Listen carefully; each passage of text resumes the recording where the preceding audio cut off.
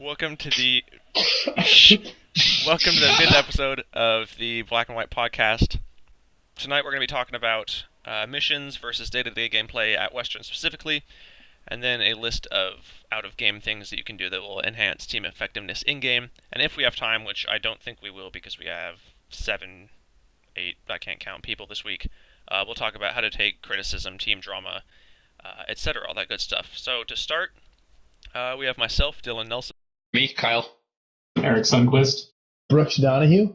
I'm Ian. I'm Natalie. And joining us for the first time this week, we have Rob Burns. Rob, go ahead and tell us about yourself. I'm Rob. I just turned 20. I'm trying to get into the neuroscience major at Western, and I was born in Seattle. Neuroscience, goddamn. Okay, to start Yeah, out... When did this change. happen? Yeah, right. Like a month ago, got really bored with economics, and I figured I needed to change. Economics is boring. Let me study brains right quick. That's quite the leap. So to start out, we're talking about missions and day-to-day stuff. I know, Ian, you had some stuff to say on this. You want to lead off with that? I mean, definitely there's a few things that, there's a lot of big differences between the way you play, at least we play HVZ, on a day-to-day basis compared to missions. There's any number of categories we can go into. I think 3 big ones, though, are running by yourself, running with randos, and running, at least us running together as a team. When it comes to day-to-day, I usually run by myself or with a small squad. This last game, it was Cody Hertog, Dylan, and myself running pretty much every day-to-day together. But the main differences are in day-to-day, it's not so much about avoiding zombies. I mean, there's plenty of stealth, at least with my gameplay. But I find myself willing and able to engage zombies more in day-to-day compared to missions. Because missions, usually, I've got a goal that I need to get done in a certain amount of time, and there's just a whole shit ton more zombies usually during missions. I was going to say, it's kind of more, at least for us, when we kind of roam around in our little pack, it's a little more relaxed, because it's, let's just go to that end of campus, and we'll take our time, it's nice and sunny out, we'll go over the ridge, nobody will mess with us. If they do, we'll cross that bridge when we get to it, whereas it's missions. It's like, okay, we gotta go to this now, we're under a time restraint, and we know the zombies know where we're going, so we're gonna have to fight them. It seems like in missions there's a lot more at stake. I mean, if you get tagged during day-to-day and during a mission, the same thing happens, but it seems like there's so much more stake and it's so much more stressful during a mission than it is day-to-day. I think that part of that would be the fact that a lot of zombies come out to missions expecting to get kills because it's made in a kill-friendly format. Furthermore, I think that, it especially is that way for us as members of the team, because I know that I've told my zombies, if I've been working with zombies, I know that I've told them to go more after randos, but there are a lot of zombies who are definitely exposed to teams and kind of do idolize teams or maybe have something against them, but as members of teams and of well-established teams like Black and White Stars, Umbrella, etc., and Mavericks, we automatically make ourselves more valuable targets. People are going to say, there's the Black and White, get him, and they might not know that we're going to, tear them a new asshole, but if there's enough of them, they could actually present a threat. So that's why I would think there's more at stake, is because because people are actually out to get us rather than just, a couple of zombies walking around one day who bumped into like 9 of us are like, well, fuck that. That's different. I think another note on kind of the going out knowing that contact is going to happen is, it seems like, at least with myself and a couple other people on the team, and from what I can kind of gather from human players in general, is that it seems like people are not less disappointed if they die on a mission, but more accepting that it happened, because if you get killed in day-to-day, it's probably going to be some bullshit like someone jumped out of a bush, or your foot was off a door, or you had a coffee in your hand, shout out to court. But if you're on a mission, then you were doing something and you died for something. And I think there's just different reactions from people when they die on missions versus day to day. I don't know if you guys have noticed that at all. Oh yeah, I mean, I'd never thought of it that way, but it's definitely something that I've noticed. That's why I have so much more fun at missions, because I just feel like, I don't know, if I do die, it's not as stupid as if I die randomly in day to day, you know what I mean? Yeah. I mean, I guess the part of it is like we as Black and White definitely value ourselves as sort of not a part of the general human population, or sort of we value ourselves as sort of a tactical operational force that is very good at going and doing a thing away from the general human force. But Yeah.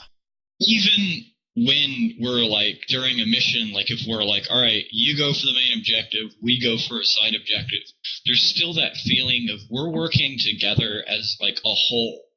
As, you know, the resistance to the zombie plague is working together, even though we might not be right next to each other. And I think that's kind of what makes dying during a mission, I guess, more worth it in a way. Just because you died, you know, For something. if I died, you know, allowing the, you know, y'all to get away with that side objective. It's like, all right, you know, I died, but we got the side objective. During day-to-day, it's like, I got tagged because I was hungry.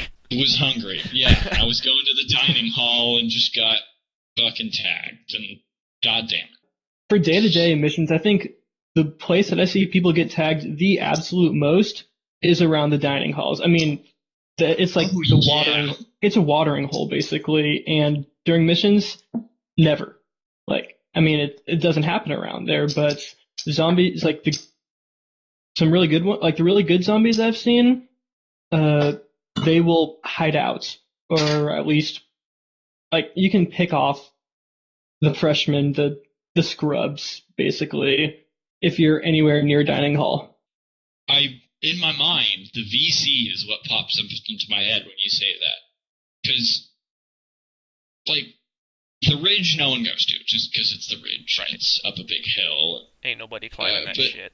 Ain't nobody climbing that shit. Everyone's too stoned in Fairhaven. Fairhaven has 8 goddamn doors. Yeah. 8 of them. And I mean, the VC has 1. For the general population, you've got 1 way in and 1 way out. Which is terrible, because the zombies will just sit there. Oh, we do. We've noticed. I mean, and it's also great because there's a lot of cover. There's trees, there's walls, there's like, you have to come out and the thing is, you can't check those corners without taking them wide. So, you know, if you can set up I've set up 2-pronged attacks there. I've done ambushes there and gotten kills. Like, it's completely doable. And it happens every year. People get picked off all around the dining hall every day. That's no surprise, I'd say, though. I mean, it's kind of always been just kind of a thing that everyone's been like, God, man, I really wish we had Trevor here, because Trevor could give us a lot of really good stories on this. But I mean, every single year you always hear a story of someone you knew that went to the dining hall and, what do you know? They got tagged. But I mean, if you're going to somewhere where people know, like, people are going to show up, I mean, you're kind of setting yourself up for that. That's another version of what I consider asking for trouble. Same as if you'd ran out in the middle of, like Red Square Plaza, away from anywhere else, and then just screamed, I'm bored, come kill me. I feel like it's the exact same thing. You're sitting in the middle of a large open area, you're going to probably have your player bands on. Every zombie in the room is going to automatically see you because we're all trigger color orange. Yeah. Over here. Yeah, I don't know. I mean, it just seems dumb to me, honestly. Especially when you can just stock up on some cheap food before the week is even through and just be fine. Well, not even, but what baffles me is that you have very, very easily accessible and easily defensible food places that no one uses. Like, everyone wants to go to the dining hall. Just fucking go to Zoe's, go to Miller Market, go to the Atrium. These are all in buildings that have a number of exits spread over a wide area. These are buildings that connect to other buildings. These are giant buildings. And I'm so confused by why more people don't use those as kind of safer eating places, just because you can get out in a bunch of places. all their dining dollars or something. I don't know. Yeah, I Yeah, wonder could be. Yeah. why, like, what the answer to that is. Why would you go to the VC instead of going up to the Ridge? There's at rush hour. I other than Unlimited food. well, I And mean, other you than could its Even central then, to campus like, location, that's the only dining hall that's effectively on campus. All the other ones are like in the residence district. aside from not being able to get to class on time from a different dining hall, I don't see any legit reason or being lazy. I don't see any legit reason for not going to the Ridge or Fairhaven. I mean, they are college students. Beyond all that, though, I mean, the number one reason I always hear is actually, yeah, Natalie, people are out of money and they're using their dining hall plans or something like that. But even more Mm-hmm. often that actually the number one reason I hear, obviously, money's a big deal. I mean, I'm not gonna, harp on people for not having cash. I think we don't have cash. But I mean, the other reason seems to be like, oh, I was meeting up with my girlfriend to go eat, or Yeah. my friends talked me into going, or whatever, I mean, it typically seems to come down to meeting up with other people, which again, I'm not gonna, smack on people for that. But at the same time, it's like when they walk out and they get tagged and it's like, and then, they throw like a fit outside. It's like, oh, I can't believe I got tagged. It's just like, I can't believe you didn't expect this. we got a little bit off topic. Yeah. How would y'all say that running with other members of Black and White, or I guess a team in general? Because I mean, we've all run with different members of different teams. How would you say that changes from day-to-day gameplay to mission gameplay? Natalie, you've been on more teams than any of us. You want to get in on that first? Yeah. So day to day, I mean, you're lucky to find one of your other team members. Like, I mean, if you don't already have something planned to like meet up somewhere at a certain time, you're lucky to find another person to go do stuff with because everybody has such different schedules in college, So, I mean, if it does happen, during day to day, like, I mean, you got, like, the duo in question is pretty well off if they both know what they're doing. As opposed to missions, everything is so much more planned, calculated, not as free flowing, not as, I guess, casual. But that's just kind of obvious. But basically, day to day, you shouldn't expect to see as many members of your team as you do during missions. Like, hell, there can be some days you don't even see any until the end of the day at mission. Do you notice a difference in the way you run with your teammates? Like a legitimate, like you're with a teammate. Would you run differently with them day to day, as opposed to a mission? Like, say well, you and I meet yeah. up in day to day, and we run around, and then we are obviously together during a mission. Would you think that there'd be a difference in the way we run together? Personally, at least me, I would not change the way I run. I would still be as alert as I am during a mission because I don't want to randomly get tagged by some stupid bullshit. So I would be as, like, alert and calling zombies as I would be during a mission. But I know that other people, not like their style is wrong or anything, but they take it a lot more casually, a lot more smoothly. But I'm just very, like, when I'm out in the, like, outside of a building, I'm on my game no matter what. It's like switch on. There's no gradient for me. So. Well, I would say that people being receptive in general would be a big difference between day-to-day and mission play. Because, I mean, whenever you're doing day-to-day, obviously, people are trying to get to classes. They're trying to get, just around, maybe back home, to the dining hall to go get some food to eat. Whatever they're trying to do. Most people are typically, they're kind of going off and doing their own thing. And if a mission does anything, it gives everyone a communal goal to work towards. So I would say the biggest difference, at least for me, is just really seeing people work together that honestly really wouldn't, And even if it's not working together all that well, it's just seeing people really put the commitment and just, the focus into trying, at least, if nothing else. I mean, obviously it doesn't work all the time because, we always talk about how a lot of our humans, they really will just fold like cards as soon as they think anything bad is happening, just no morale whatsoever. But it's definitely a unification of everyone. And I would say that, like when I have had to work with like members of Stars or Umbrella or Mavericks or anyone else in the past, it's very easy to literally just be like, what are you guys doing? It's like, we're going for this objective. And it's like, awesome. So are we, let's go. And that's just, that's it. You go. And, it's not like, oh, well, I need to get over here at, blank or anything like that. It's just like, no, everyone here is committed to doing what they're trying to do. So I'd say that's the biggest difference for me. Epic transition. Now we will do a list of activities at a game that are going to enhance team effectiveness in-game. So we'll go clockwise around the room. We'll start. I think Brooks just left, so we'll skip him. I think that... Sorry, Ian, I'm going to jack yours. I think that the activity that I would recommend would be something that we call creeping. Don't knock it till you try it. It's hilariously fun. It's basically where, preferably at dusk or at dark, you try to get from one end of campus, town, city, train station, whatever, to the other, or point A to point B. It doesn't have to be end to end, without being seen by anybody. Now, obviously, you don't want to do this, like, next to a prison or right after a riot or something.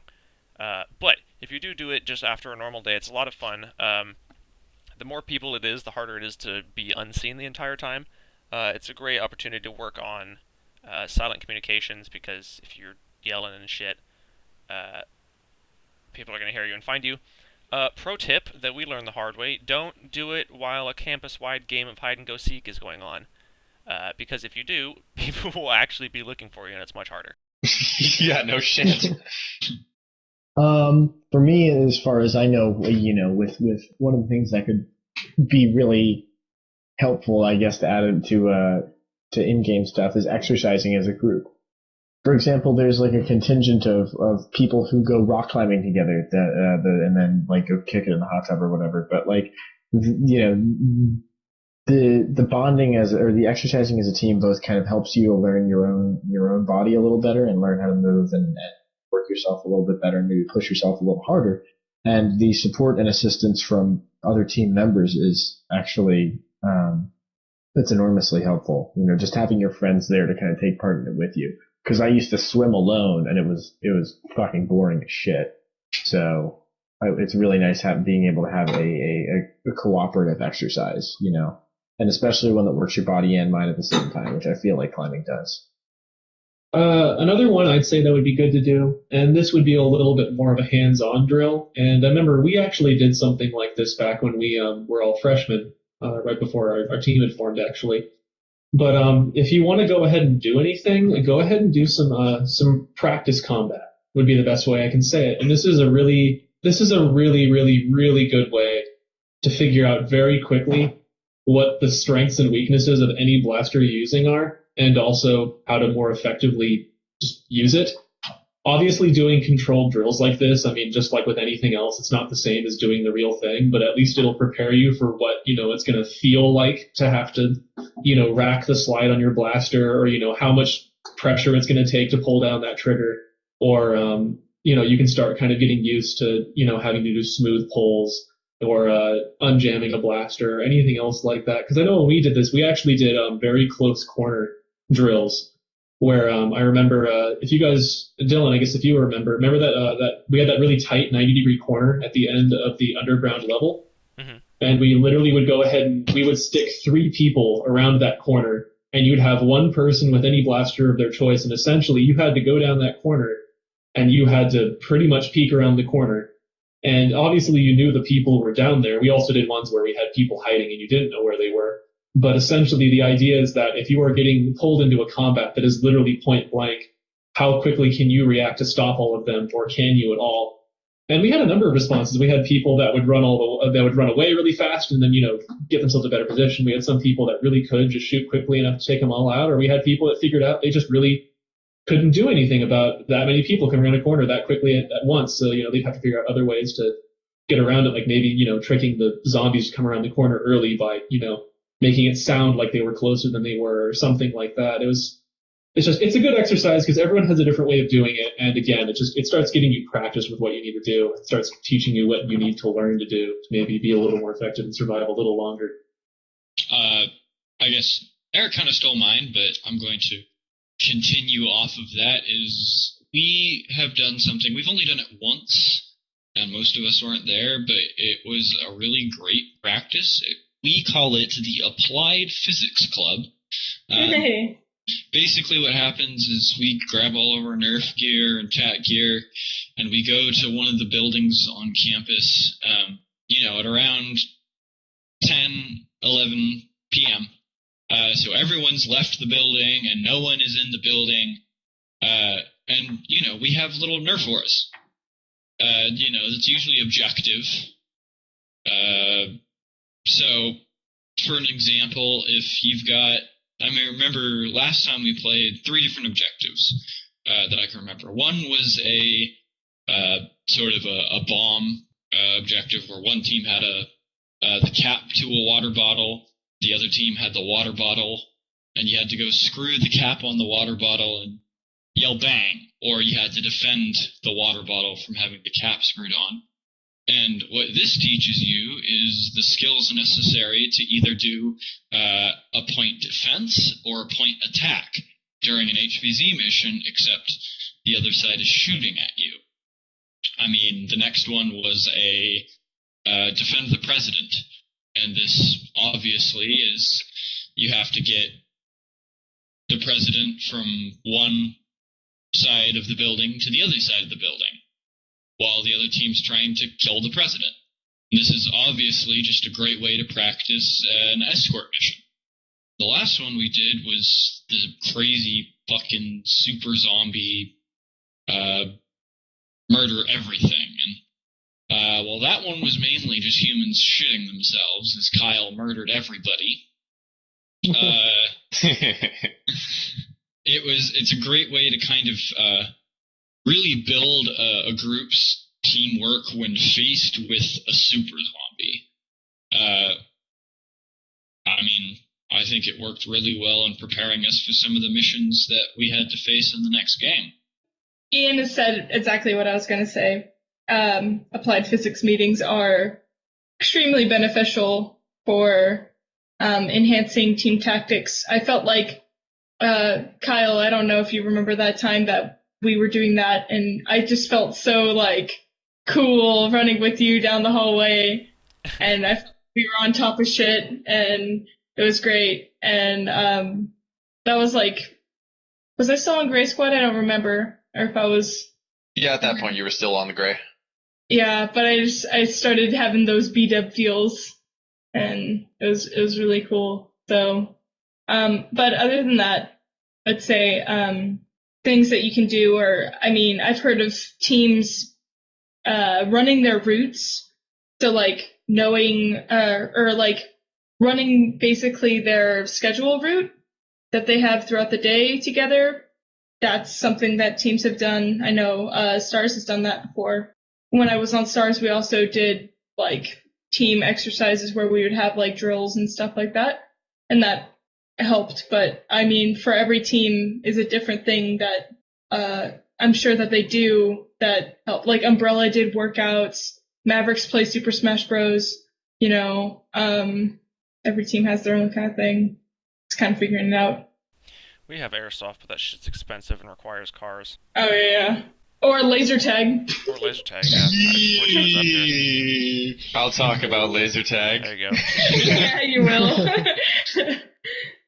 All right. One of the ones that I think really jumps out to me as far as outside of HVZ things that we do as a team to improve our cohesiveness is laser tag.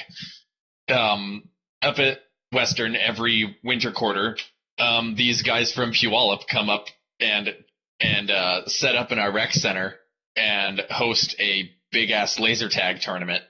And I think it's teams ranging from 5 to 8 people. And you're put in this kind of speedball type. If you're familiar with paintball terms, it's kind of like the speedball arena looking thing, except without the turf. You got a gym floor. And instead of having paintball markers and shit, you have your laser.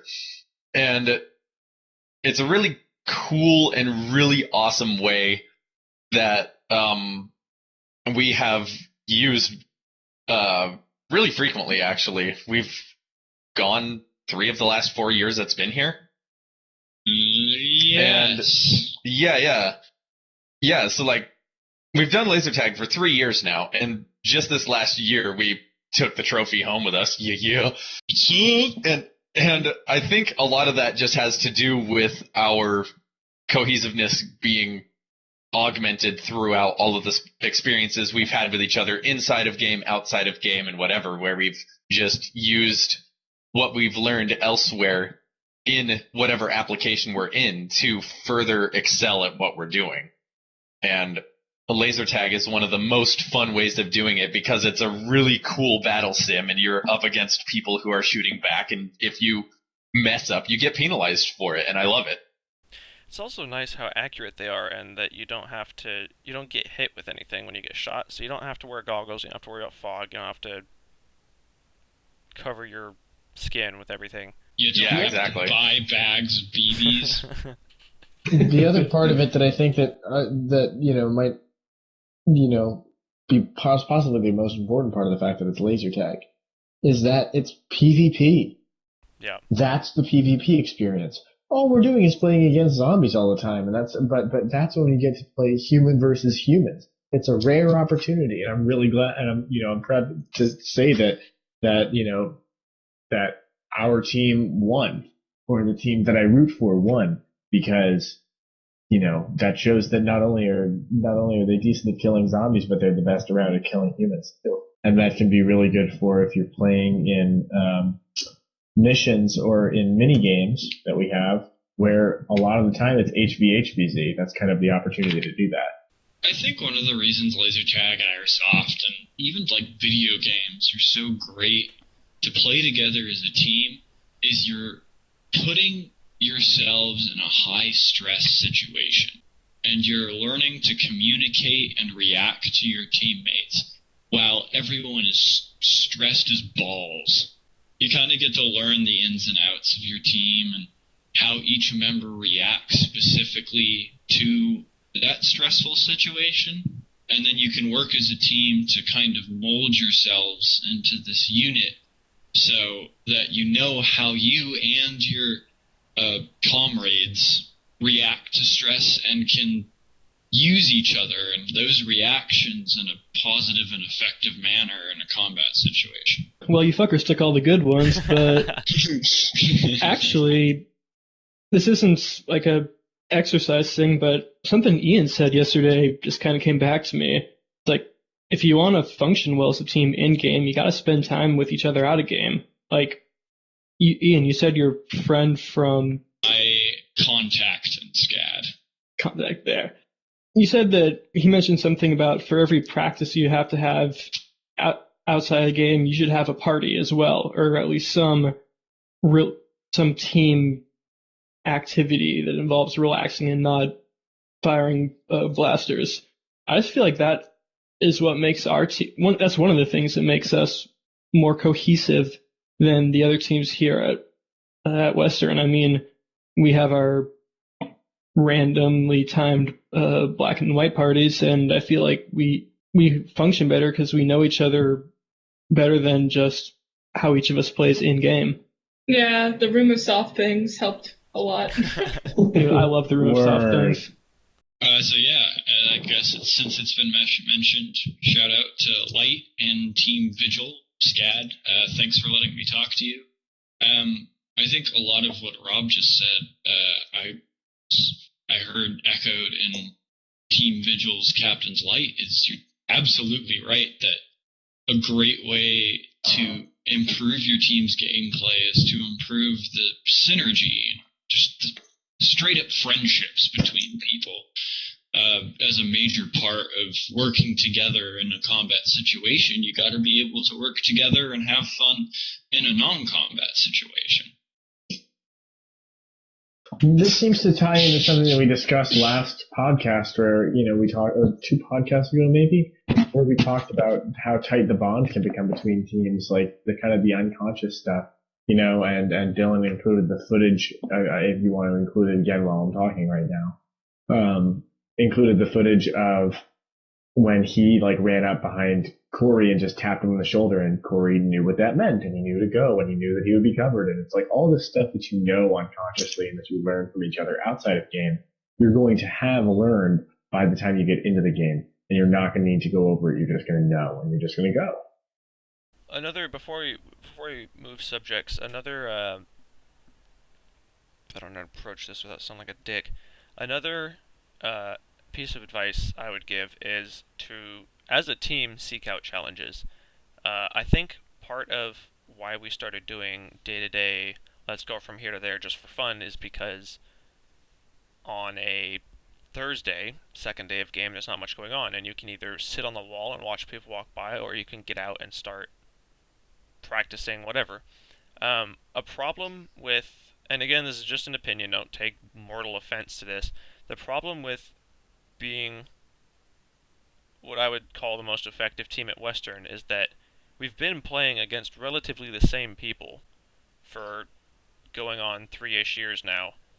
And the problem with that is that while it's not the same thing every time, we haven't really had a new challenge, and that's something I don't like about our team being stuck at Western, is that I wish we could go to SCAT. I wish we could go elsewhere to play other teams that are really good.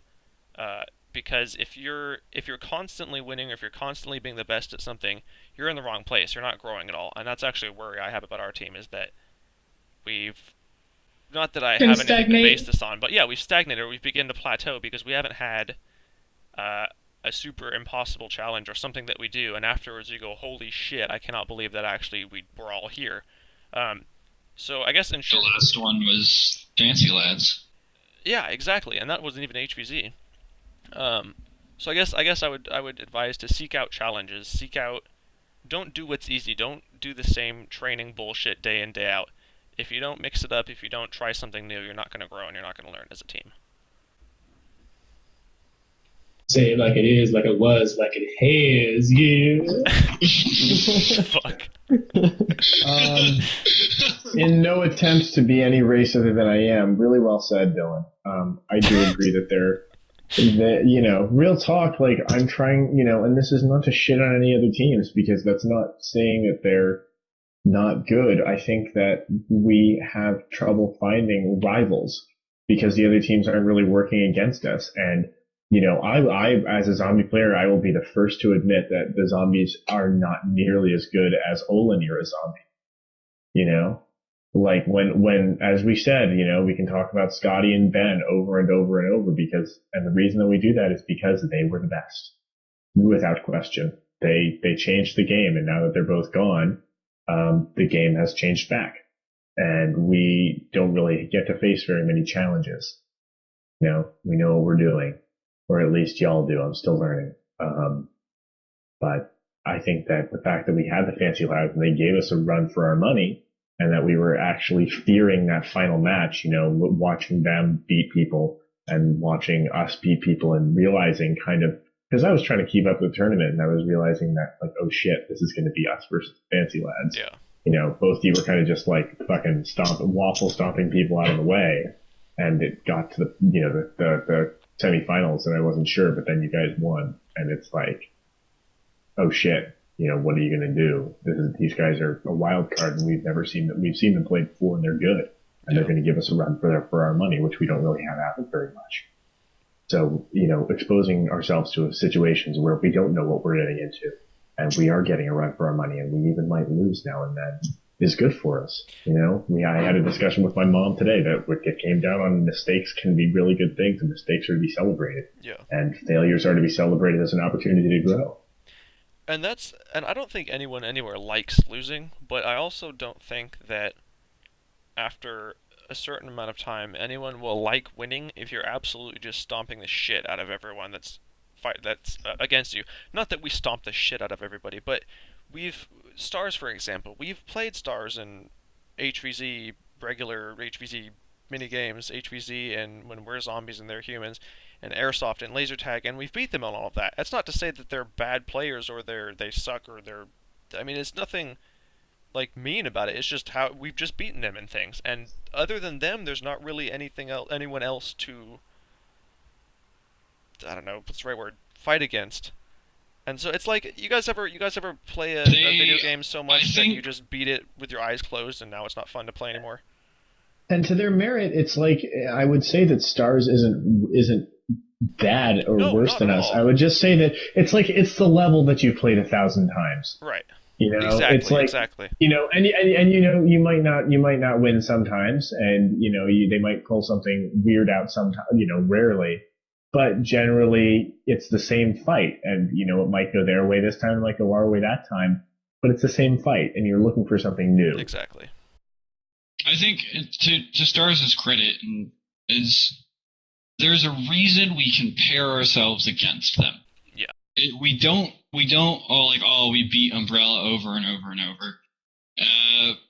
We don't, you know, say, we slapped the Mavericks silly. It's we compare ourselves to Stars because we know Stars is a great team. But it might not even be like Stars could be as good as us. It's just our team makeup and our team tactics just beat theirs. And that's not us having hubris or anything. Like we have beat them on numerous different playing fields, and they've beaten us as well. It's just our current formations of teams. They I think a mini game. Yeah, like a mini game. Last game. Yeah, that last mini game, they kind of pooped on us a little bit. Which one was that? Well, it was the Mavericks blue team, right? Mavericks pooped on us. Yeah. Mavericks give us a run for our money. They're. That's what I was gonna point out. Like Stars and Mavericks are both like formidable foes. Like we shouldn't ever undercut them. But I'm not saying there's not a team. Well, now I'll stop myself. There is not a team at Western that is not a good team. On that note, we will transition to how to take criticism and haters and stuff, because we actually have time for that. We have like 15 minutes left. So I want to start by saying the only reason that I'm heading up this podcast and spending a fucking hour and a half after every hour of being on the podcast to edit it and publish it is because I'm not doing this for anyone else. I'm just doing this for our team. All the gaming videos I have, they're just for our people, just to have fun with. And I think it's because of that when people go, oh, you guys are gay, or you guys take this too seriously, or whatever, it just doesn't bother me, because I'm not doing this for them to be entertained or like my shit. I'm doing it for the rest of my teammates. And so I think that if you just focus on your people and the people that matter, for example, if some non-player thinks my way of cornering is stupid, why the fuck would I care what someone who's not even playing thinks about that? It matters what my teammates think. If they don't think it's an effective way to take a corner, then I should probably give a shit. So ever since I transitioned to black and white, I've been getting a lot more, I guess, not flack. Well, no, flack. I'll call it flack from community members. I mean, from randos, it's more like, oh, black and white. I mean, I've encountered a guy on that team who's rude, and they all just seem like a bunch of assholes. And I'm like, oh, well, we're not. So, like, just don't lump everybody together based on one, like, bad, you know, maybe experience you had with one person. Maybe they are having a bad day or something. I don't know. But besides that, it's a little bit more of a jest thing, but like I've been getting called a tryhard quite a bit by my other good friends on the Mavericks. And of course, yeah. No. Well, we're totally tryhards. I do not even care because that's how we enjoy the game. Right. Like that's what we do. We rock it. We are the best tryhards. You know, fuck everyone else. Next time they call you a tryhard, call them a filthy fucking casual. Casual. Fucking casuals. But, Oh my god. Someone's been going on 4chan lately. but like, I mean, I know they mean it like in jest, and it's like it's whatever. But like, there is a little bit of truth to it. Like, we are seen as the try-hard team by the greater community. And The last Shoguns. yeah, and like, I've gotten to the point where I just don't really give a shit anymore. Yeah. What people think. I'm gonna play the game the way I want to play it, and if other people enjoy that, that's great. And if other people don't, well, they're not playing, are they? Eat a dick. I guess- Can that be our motto? Forget Negro album. Black and white. Eat Eat black a and white. dick. Eat a dick. Can that be on the bottom of our patents from now on? Like, where Put we it used in to have Latin. our old saying. Consumus We'll as just dickus have- or something. Yeah. And we can call it, if you want, we can call it the gag badge. Oh my god. Oh yeah. I guess I'll say some stuff as the perpetual rage monster of the team. Very well known throughout my friends and the greater HVC community by some that I do not handle situations in a very calm manner. For the most part, I am a Sith Lord to heart, and I just get mad. I get mad at the little things, at the big things, whatever. But it kind of, Dylan's view of doing it for your team is really what calms me down. Is that I can get mad at the assholes who are talking shit about our team or, make rumors about us, cheating, that are just doing things that are kind of, that make our achievements as a team and all the hard work, all the try-hardness that we put into the game, trying to make us look less than them. Really what calms me down is as long as my team is happy with what I'm doing, as long as I can look my teammates in the eye at the end of a mission, at the end of a game, and said, we had a good game. Kind of, it calms me down. The other, on that note of rage mode, the other piece of advice I would have to players is to not... You can judge a team by how they act in-game. I mean, that's fair. But if you come up to me, for example, during a mission, and I'm with my team, and we're going through what we're going to do, and you just pop into the group and say, hey, I have an idea, let's do this, and I totally just don't even acknowledge your existence, and I say, alright, let's go, and we leave on a path other than the one you suggested, do not take offense to that, because, like Ian in his rage mode, I get super, shaky and focused when I get my adrenaline pumping, which is, for some reason with me, is basically I do anything and that happens. There's so many times in the footage where I will watch it afterwards, and I'll go, who is that person that came up and asked me a question right to my face, and I turned around and walked away from them that that I didn't even know. And people are focused on in-game stuff during in-game, so I wouldn't judge people's personality based on in-game interactions. There's a ton of people that I can't stand in-game that I'm totally fine with outside of it, simply because they're focused on the task at hand, or they've got their adrenaline pumping, or they're pissed off about the game or something like that.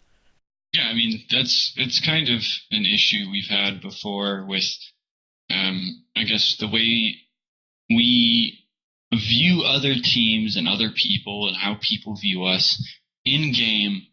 A lot of people believe that how we view you in-game or how people view us in-game is the same of how those views exist out of game. I mean, we talk a lot of shit about stars. We do. We talk a lot of shit about a lot of people, dude. We talk a lot of shit about each other. We talk a lot of shit about everybody. Yeah. You're not. If we talk shit about you, you're not the only one. Believe me, there's a reason we have to cut out breakfasts of our day-to-day footage. It also doesn't mean we don't like you. But yeah, I mean, There's obviously a reason we're talking about you. Yeah. I will 100%, unless I really have to, never run with the Mavericks in game. I do not like their style. I think it's going to get them killed. I don't like it. I love them dearly out of game. I would marry Kevin. I'd be okay with marrying Kevin. He's gonna be so happy when he hears that. You two would be cute. I'm just saying. Aaron Shaw, I love you too, but Kevin has my heart. But Aaron. But I love them out of game, but they're stupid in game. I mean, all right, so Kevin's a good player, but I would never. Yeah. Let's take this back. Let's retract that statement. Kevin's a good player. I would never run with him in game. His style is, as we said, too casual. For Ian. And just for me. Yeah. If I fucking hate you and never talk to you in game, that does not mean I hate you and never talk to you out of game. Quite the opposite. If you find me in game and are just some random, the asshole with the mohawk and the black and white bands sneers at you and scampers off into the woods. If you find me out of game and like, hey, I'm so-and-so, I will be happy to talk to you. Overjoyed to talk to you. I love meeting new players. I love talking about HVZ. I hate running with people who aren't black and white while in an HVZ setting. I think that's completely valid. I think that in-game, out-of-game split is really important, and I think that a lot of people don't quite understand that and how different people can be in that sort of situation. I mean, real talk, it's role play, so we're going to play roles. And your role in game is different from who you are, Ian. Just as mine is different from who I am, just as Natalie's not game-facing all the time. I sure hope not. I think people don't realize that HVZ is kind of like a sport. I mean, take the Tottenham Sounders game that we went to, Ian. That was Dempsey's old team. They were running his ass over repeatedly, and he'd get up and run their ass over. And on the field, there was even a fight on the field. On the field, they'll look pissed off. The second the game is over, they're all friends again. It's the same thing. Everyone's emotions are high in game. Don't fuck with me if I don't know you. Find me at a game. We can be friends, just like that. Maybe just not like that, but pretty close. Asterisk. Right. Disclaimer in the fine print. Generally, that's the case. Unless you're Shardy. That's an in-joke. Shardy will get it. What? You don't know who Shardy is? No, I don't. We'll tell you after the Shout podcast. out to Shardy. Tell me who you are. I don't think he even knows Shardy who got a shout out! Shardy got a shout out! Shout out! Real talk, I don't think that he even knows that he's Shardy. Here, let me reel this back in real quick. Yeah. Exception that proves the rule, yeah? Let me reel this back in real quick. I had to get that out, I'm sorry. So, the way, at least that I've dealt with criticism and or gossip and shit is, like, somebody will walk up to me and, like, I referenced it before in one of the previous podcasts where people came up to me outside of game and addressed me and they were like, is it true that Black and White has a written exam? And it was just like, well, the nightmares are true and, all that stuff. I'm perfectly okay with confirming or denying rumors like that. Like if they're asked to me, that's the good kind of rumoring that I like. But if there's other things like, I've heard that everybody on the Black and White is assholes, then I'll just be like, oh, are we? I'll just kind of give these generic responses that invite more to be said on the matter, Like I'll say a whole bunch of, oh, reallys, or is that so? Or things of that nature, just to see how much they run their mouth until they notice my colors and stuff. That is so fucking Andy Warhol of you, and I love it. And so I just let that happen, and then going, yes, no, yes.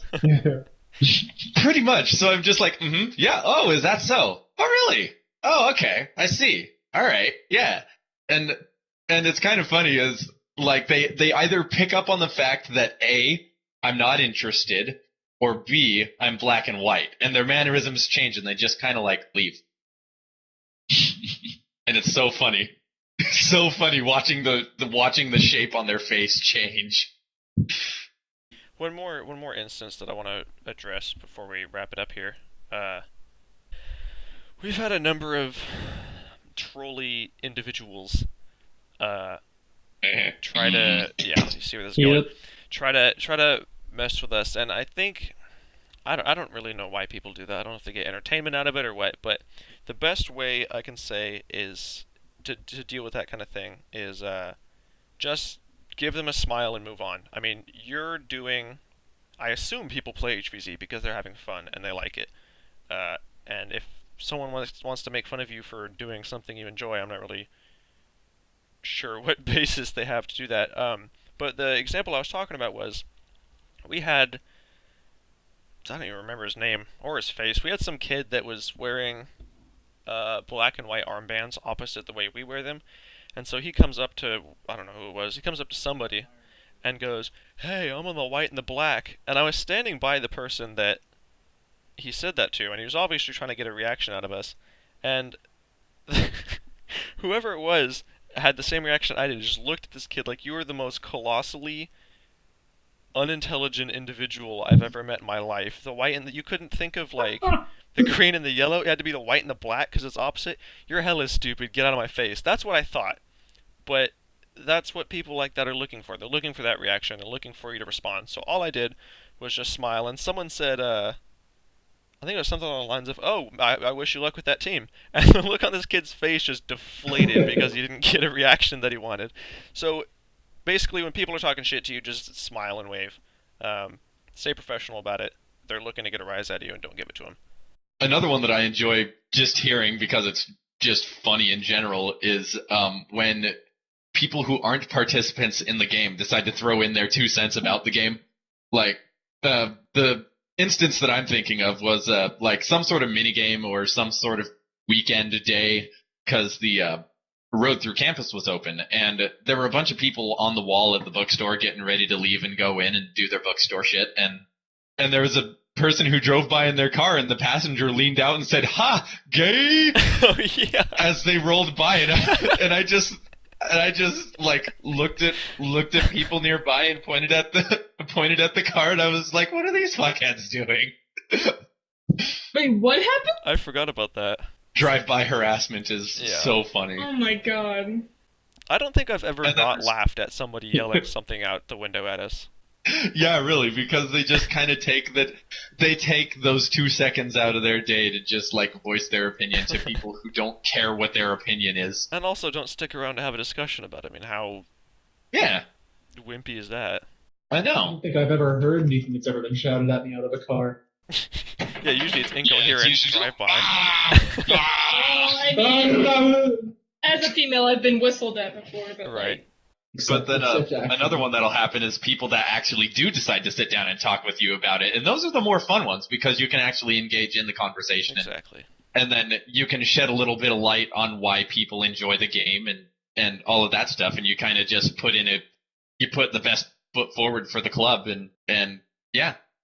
About that one kid who tried to start the white and the black, didn't it turn out that someone a couple of years back had already tried to start a team like that, so even if he wanted to, he wouldn't be able to create that team anyways? The guy I talked about was the original guy. And then this past... No, Dylan. There was a guy my year as zombies, and I was actually on it, and it was the white and the black was a group of zombies that sole goal was to hunt down the black and white. Yeah, no, I remember. He's led by a piece of shit with glasses. That's the first guy I was talking about. Oh, okay. Yeah, and then recently, this past game, we had someone do that too, and it's like, you're not original, dude. Come on. Yeah. I just thought it was funny because I only even heard about that after the game was over. I didn't even know that was a thing. Like, literally didn't even know that was a thing until a week after the game was over. And it's just like, oh yeah, there was a group of people trying to troll us. It's like, really? It's like, yeah, they call themselves the white and the black. And it's just like, well, they must have not done a very good job because I never heard a damn thing. Alright, I think that's all we have time for tonight. If you want to ask the team a question, you can shoot us a question on our Tumblr in the description. If you have just a general question, leave it a YouTube comment. Any voiced opinions are only the opinions of those voicing them. All advice given here is to be taken with a grain of salt, and if ever applied, only applied where applicable. Thank you for watching the 5th episode of our podcast. Everybody say bye. Bye. Bye, guys. Bye.